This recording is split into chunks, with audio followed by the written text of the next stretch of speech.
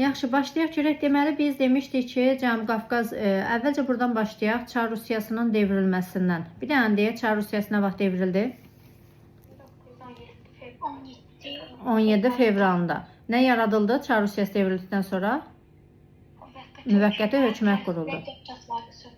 Tamam. İki hakimiyyətlik formalaşdı, müvəqqəti hökumət və bir də Bakı Fəhlə Deputatlar. Ümumiyyətlə Rusiyanın özündə Fəhlə Deputatlar Soveti, daha sonra isə bizdə də yaradıldı Bakı Fəhlə Deputatlar Soveti. Bəs yaxşı, Cənubi Qafqazı idarə etmək üçün hansı qurum yaradılmışdı? Canişinlik komitəsi. Canişinlik yox idi, ləğv edilmişdi. Cənubi Qafqaz komitəsi yaradılmışdı. Bəli, komitə idi. Bəs bu komitə nə vaxta qədər davam elədi? Noyabrına qədər.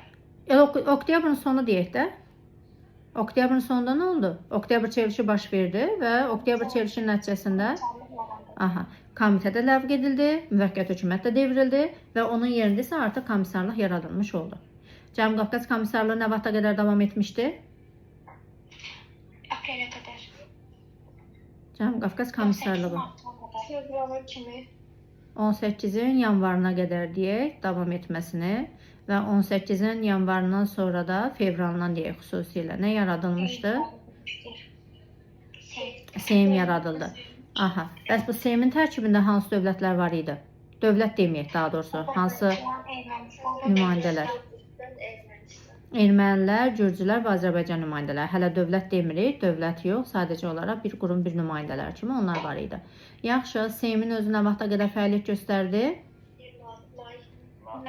Mayın 26-18-ci, mayın 26-sına qədər fəaliyyət göstərmiş oldu. Bəs yaxşı, mayın 26-sında Seyimdən birinci çıxan dövlət? Gürcüstan birinci növbədə çıxdı. Bəli. Və Gürcüstanın da Seyimdən çıxmasına hətta bəli, Almanya vasitəçi olmuşdu. Çünki Batum konferansında Almanya icazə verilmədi də, Osmanlı və Azərbaycan nümayəndələr icazə vermədi ki, Almanya orada iştirak etsin. O da bu formada qisasını almış oldu və Gürcülərlə danışıq apararaq Gürcülərin Seyimdən çıxmasını bildirdi. Gürcülər çıxdı Seyimdən və Gürcülərin Seyimdən çıxması ilə təbii ki, Cənubi Qafqaz Seyimi dağılmış olacaq burada. Hər bir qurum, nümayəndə özünü müstəqil dövlət kimi formalaşdırmış olacaq artıq və bir də Seyimin dağılması ilə yaradılmış hansı dövlət süqut eləyir? Ay, sağ ol. Bəli, Cənubi Qafqaz Federativ Demokratik Respublikası idi ki, cəmi 34 gün biz demişdik, yaşamışdı o. Nə zaman yaranmışdı? Yaranmasını deyin. Aprelin 25-də. 22-sində. 22 apreldə yarandı və mayın 26-sına qədər 34 günlük bir dövrü vardı. Mayın 26-sı artıq Seyimin dağılması ilə o da dağıldı. Yaxşı. Seyim dağıldı. Və Seyimin dağılmasından sonra birinci növbədə Gürcüstan özü müstəqil etdi və müstəqil Gürcüstan dövləti quruldu. Düzdürmü? Daha sonra isə deməli Azərbaycan nümayəndəliyi hələ də Gürcüstanda, Tiflisdə fəaliyyət göstərirdi. Fəaliyyətini davam etdirmişdi və orada dərhal Milli Şura yaradılır. Nə zaman yaradıldı Milli Şura? Mayın 27-sində. Sübhan, Milli Şura yaradılan zaman Milli Şuranın sədri kim seçildi? Nümayəndəsi, hökumət kabineti nümayəndəsi oldu. Rəsulzadə sədr idi, amma Milli Şuranın iclası keçirilən zaman bir gün sonra, yəni mayın 28-də Onlar da Batum müqaviləsinə görə əslində Osmanlıdaydılar deyə. Batumda, bəli, konferansdaydılar onlar. Düzdür. Ona görə də deməli Rəsulzadə Batumda konferansda olduğuna görə dövlətin qurulması fəaliyyətində iştirak edə bilməyəcək həmin anda. Sadəcə olaraq Milli Şuranın rəhbərliyinə Rəsulzadə özü təyin edilmiş olacaq. Və ilk hökumət kabinetdə qurulur ki, ona da dedi Fətəlxan Xoyski. Fətəlxan Xoyski neçə hökumət kabinetində fəaliyyət göstərib? Neçə hökumətin qurucusudur? Deyin. 3 idi, bəli. Aha. 3 hökumət kabinetinin qurucusudur Rəsulzadə. Son 2 hökumət kabinetində isə Nəsib bəy Yusifbəyli idi. Nəsib bəy Yusifbəyli bir daha xatırlayın görək, hansı təşkilatın qurulmasında rol oynamışdı? Bəli, Türkiyədən Mərkəziyyə Partiyası idi ki, onun qurulmasına rol oynamışdı. Hətta demişdik ki, Yaşasın Azərbaycan Muxtariyyət ifadəsi ilk dəfə orada siyasi bir məhfum xarakteri daşımışdı. Bəli, yaxşı. İndi may ayının 28-də artıq burada bir danışıqlar gedəcək. Aha. iclas baş tutacaq. Milli Şuranın ilk iclası olmuş olacaq və həmin bu iclasda ümumiyyətlə bu iclasda bir nəfər şəxs vardı, deyir öz fikirlərini, çıxışlarını bildirmişdi. Xəs Məmmədov deyil? Hələbə Xəs Məmmədov. Və o bildirir ki, aha, təxirə salınmadan tezliklə bir dövlət qurulmalıdır və ona görə də birinci növbədə nə qəbul edilir, sonra dövlət yaradılır? İstiqlaliyyət bəyannaməsi qəbul edilir. Oxşar da hansı dövlətlə tez xatırlayın? Amerika. Amerika, bəli. İstiqlaliyyət bəyannaməsi orada da qəbul edilir, sonra ABŞ yaradılır. Burada isə İstiqlal bəyannaməsi qəbul edilməklə 6 maddədən ibarət idi və Azərbaycan Xalq Cümhuriyyəti yaradıldığı elan edildi. Tamam. Bəs yaxşı Sübhan, Azərbaycan Xalq Cümhuriyyəti yaradılan zaman bütün Azərbaycan o şimal ərazilərində olan torpaqda, yəni Şimali Azərbaycan hamısını mı əhatə eləyirdi? Bəli. Axı yox. Həmin vaxtda bir şəhər, bəzi ərazilər ümumiyyətlə o şəhərə tabi olan bəzi ərazilər axı Azərbaycan hələ kərində deyildi. Yox. Gəncə niyə ki? Hansı şəhər idi? Nəzarətdən kənardaydı. Bakı idi. Çünki Bakıda vaxtansı proses davam eləyirdi hələ. Bakı XKS idarəçiliyi. XKS oradaydı, bəli, Bakı XKS-nin idarəçiliyi oradaydı və həmçinin də soyqırım siyasəti hələ davam eləyirdi orada. Soyqırım siyasət gedirdi. Deməli, AXC yaranan zaman Bakı hələ onun tabiçində deyildi. Bakıda da Mars soyqırımları davam eləyirdi. Yəni bir quberniya kimi Bakı quberniyasının ərazisində Mars soyqırımları davam eləyirdi. Bəs ümumiyyətlə AXC-nin ərazi bölgüsü baxımından desək, hansı quberniyalardan ibarət idi? Hansı quberniyalardan ibarət idi? 97.000 kvadrat hektar. Ərazi baxımından elə idi, amma 97.000 kvadrat kilometr məsələsi. Ben 3 quberniyaya bölünmüşdü, onu deyirsiniz. Aha. Zaqatala, Gəncə, Bakı. Zaqatala, Gəncə və Bakı quberniyalarından ibarət idi. O 97.000 kvadrat kilometr məsələsi isə o mübahisəli bir məsələ idi. Mübahisəli ərazi baxımındadır. Amma mübahisəsiz deyəndə yox, üzr istəyirəm.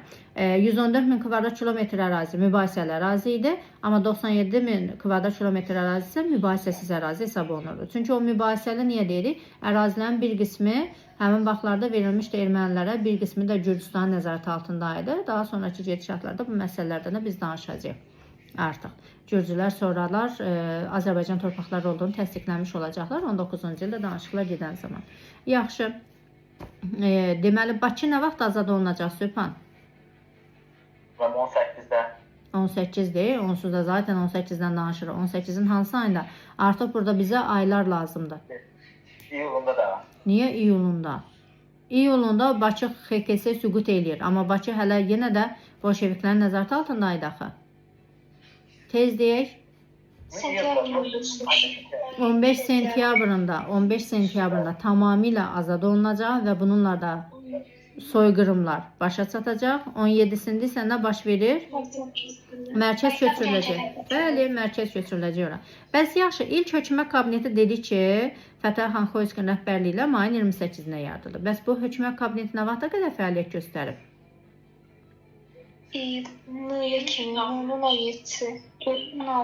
16-sına qədər, iyunun 16-sına qədər birinci hökumət kabinetinin dövrü başa çatmış olacaq. Yaxşı. Bəs deməli Sübhan, Azərbaycan Xalq Cümhuriyyəti şərq dünyasında biz deyirik ki, ilk qurulan demokratik respublika hesab olunurdu. İlk demokratik respublika. Bəs yaxşı, şərq dünyasında, şərqdə ilk respublika hansıdır? Demokratiyanı çıxardırıq, sadəcə ilk respublika. Deyin. Çin idi, bəli. Çin neçənci ildə respublika elan edilmişdi? 11-ci ildə Çin idi, bəli, respublika elan edilmişdi. 1918-də də AXC respublika elan olunur. Sadəcə fərqli cəhəti bu idi ki, Çin şərqdə ilk respublika, AXC isə şərqdə ilk demokratik respublika statusunu almışdı. AXC-nin paytaxtları Sübhan. Gəncə ilə Bakı oldu. Bəs Tiflisdə yaranmışdı axı. Niyə Tiflisi paytaxt demirik? ərazisidir. Azərbaycan ərazisi deyildi və zaten Tiflis həmin vaxtdan dövlətin paytaxtı idi artıq. Gürcüstanın sadəcə olaraq deməli həmin vaxtlarda Azərbaycanda o proseslər gedirdi deyə və Tiflisdə elan edilmişdi. Bir müddət elə hökumət o Tiflisdə də fəaliyyət göstərmiş olacaq. Müjgan, bir müddət deyəndə, yəni nə vaxta qədər fəaliyyət göstərəcək? Gənclərin paytaxtı müəllim şeydə keçirlər 18 iyun 16. İyunun 16-sından bəli. Çünki ora köçəcəklər deyə ona görə. İyunun 16-sından. Aha, tamam. Gəncə paytaxt şəhərə çevrilmiş olacaq. O vaxta qədər Tiflisdə fəaliyyət göstərirdilər. Bəs yaxşı, indi bunlar Gürcüstandan çıxarılacaqlar da, Gürcü hökumətinə tapşırıq gedir ki, yenə də təbii ki, Almanlar tərəfindən bu tapşırıq gedəcək ki, Gürcü həmin o Azərbaycan nümayəndələrini oradan çıxarsınlar, hökuməti oradan çıxarsınlar. Bəs yaxşı, burada Milli Şuraya və birinci hökumətə etimadsızlıq göstərən kim idi? Sübhan əslində dedi onu. Etimadsızlıq göstərmişdi. Kim idi etimadsızlıq göstərdi? Ona görə Milli Şura fəaliyyətini dayandırmaq məcburiyyətinə qalmışdı. Onun qarşısına şərt qoyulmuşdu. Milli Şuranın fəaliyyətinin dayandırılması şərtinə. Kim idi o? Nuru Paşa idi. Sübhan elə Nuru Paşa demədin sən indi. Nuru Paşa dediyini mən post gördüm sizdə səhviniz ona görə təsirini kəsdim. Etimadsızlıq göstərəcəkdi ona. Hökumət kabinetinə qarşı. Nuru Paşa əslində bunlara yaxşılıq edir axı. Nuru Paşa yaxşılıq eləsədi, sadəcə olaraq deməli Milli Şura demokratik zəmində qurulmuş bir qurum idi axı. Və həmin vaxtlarda Milli Şuranın tərkibində adından məlumdur. Milli Şura. Bunun tərkibində qeyri-millətlər nümayəndələri yox idi. Və həmin Ruslar idi, ermənilər idi. Bunlar orada əslində təmsil olunmalı idi, amma yox idi. Sırf milli nümayəndələrdən ibarət idi, bizim millətlərdən ibarət idi. Və onlar da şikayət etmişdilər. Bildirmişdilər ki, bu Milli Şura, yəni demokratik bir dövlət olsa da, demokratiya azaddır da, azad bir dövlət olsa da, həmin o qurumun tərkibində bir nəfər də olsun qeyri-millət yoxdur. Ona görə də Nuru Paşa ümumiyyətlə Osmanlıların gələcək fikirlərinə görə, gələcək siyasətlərinə uyğun olaraq etimadsızlıq göstəriləcək burada və Milli Şuranın qarşısına şərt qoyulur ki, Milli Şura fəaliyyətini dayandırmalıdır. Ona görə Şura fəaliyyəti dayandırılacaq. Yəni Gəncəyə köçəcəklər və Gəncədə sadəcə bir günlük fəaliyyət və elə həmin vaxtda da fəaliyyətlər dayanmış olacaq. İstər Milli Şura olsun, istər birinci hökumət kabineti olsun. Yəni bunu bir daha yadda saxlayın ki, istər Milli Şura, istər birinci hökumət kabineti Tiflisdə də fəaliyyət göstərir. Bir günlük belə olsa Gəncədə də fəaliyyət göstərmişdi.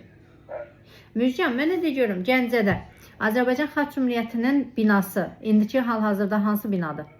Gəncə Dövlət Aqrar Universiteti. Aha, Aqrar Dövlət Universiteti idi ki, hal-hazırda universitet kimi fəaliyyət göstərir, amma keçmişdisə AXC-nin binası hesab olunurdu. Yaxşı, Tiflisdən gəldilər. Amma bir məsələ var idi indi burada. Gəlin Tiflisdən köçmə məsələsindən də qabaq olan proseslərdən də danışaq. Deməli, Xalq Cümhuriyyəti elə bir dövlət idi ki, onun tərkibində yaşayan millətlərə, qeyri-millətlər olsun, yəni heç bir fərq qoymurdu. Bəli, kim istəsə vətəndaşlıq hüququnu qəbul edə bilərdi. Yəni bunların qarşısında heç bir belə qadağac yox idi. Və əsas məqsədi özünü müstəqil bir dövlət kimi tanıtmaq. Əsas məqsədi deməli beynəlxalq aləmdə müstəqil bir dövlət olduğunu hər kəs tərəfindən isbatlamaq və daha sonra isə bir məqsəd də var idi əlbəttə ki, dövlətlərlə, qonşu dövlətlərlə sırf dostluq və sülh şəraitində yaşamaq. Əsas bunlar istəyirdi. İstiqlaliyyət bəyannaməsində ümumiyyətlə ərazi bölgüsü haqqında da məlumat var. Onun istəkləri, yerli siyasət, vətəndaşlıq sistemi və s. bunlar haqqında da ümumi məlumat verilmişdir. Deyir, ilk başlıqlarda Azərbaycanda yaşayan, ümumiyyətlə Azərbaycanlıların yaşadığı ərazilər baxımından götürsək, ərazi 150.000 kvadrat kilometr olub vaxtı ilə. Daha sonraki gedişatlarda yavaş-yavaş bu ərazilər əlindən çıxmağa başlamışdı. Azərbaycan torpaqları olmaqdan çıxmışdı da yavaş-yavaş artıq. Çünki orada qeyri-millətlər gəlib məskən salmış və həmin torpaqları zəbt etmişlər. Və ən sonunda 114.000 kvadrat kilometr ərazisi qalmışdı ki, onda 97.000 kvadrat kilometr ərazisi sırf AXC-nin özünə məxsus idi. Qalan hissəsi isə artıq mübahisəli ərazi hesab olunurdu. Yaxşı, indi Müjgan, nədən danışaq biz? Deməli, AXC yarandıqdan sonra ilk gördüyü tədbir, xarici siyasətə xüsusilə. İlk gördüyü tədbir. Ondan da qabaq. 29 mayda İrəvanın verilməsi. Yox, hələ ondan danışmayacaq biz. İlk gördüyü tədbir. Kim deyər? Radio teleqraf vasitəsilə ölkələrə öz müstəqilliyini tanıtmaq. Ay sağ ol. Bəli, radio teleqraf vasitəsilə Xoyski hökuməti tanıdılacaq da. Artıq deməli digər dövlətlərə müraciət olunacaq ki, Azərbaycanda şərqdə yeni bir demokratik respublika qurulmuşdur.